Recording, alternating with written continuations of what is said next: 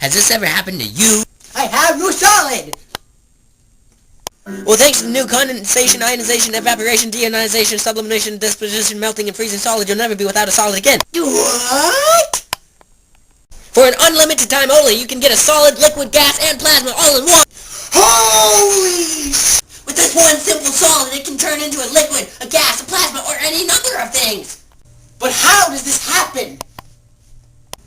It's melting! That's right, your solid can easily become into a liquid by simple meltonization. What the? But don't worry, your liquid can easily turn back into a solid by simply freezing. Oh, okay. But there's more! Ah! See, things change like this. Solids turn into a liquid, and liquid to gas, and gas to plasma. They change when energy is added to the molecules. Now, what are the molecules? Molecules are what make a substance a substance. For instance, a solid is sort of like a molecule brick. It has a solid foundation. It holds each other together. It looks like a solid. Now, when energy is added to this, it starts to melt. What does that mean? It means the molecules get excited and they start splitting apart.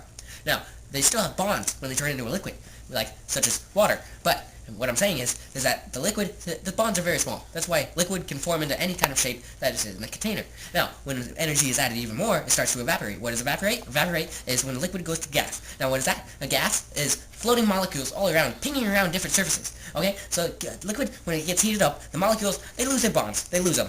They're gone. And then they start floating around and into space, and that's why when you start boiling water, that's evaporation. Right there. Evaporation. Evaporation. Evaporation. Now, when you look at a lake, and then the sun is heating it, it heats up. Now, what happens when it heats up? It loses molecules. It doesn't lose them. It's just the bonds between the molecules they lose, and then the molecules, they start floating around. You see what I'm saying?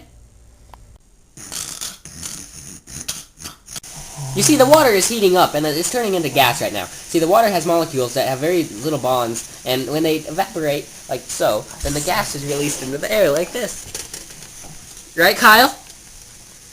So what happens when you take your solid, and then you turn it into a liquid, and then you turn it into a gas, and then you want to make it a plasma?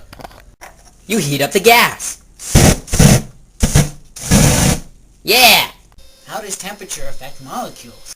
You see, temperature plays a big part in molecules and atoms, because when heat rises, the atoms and molecules, they tend to expand and start to separate.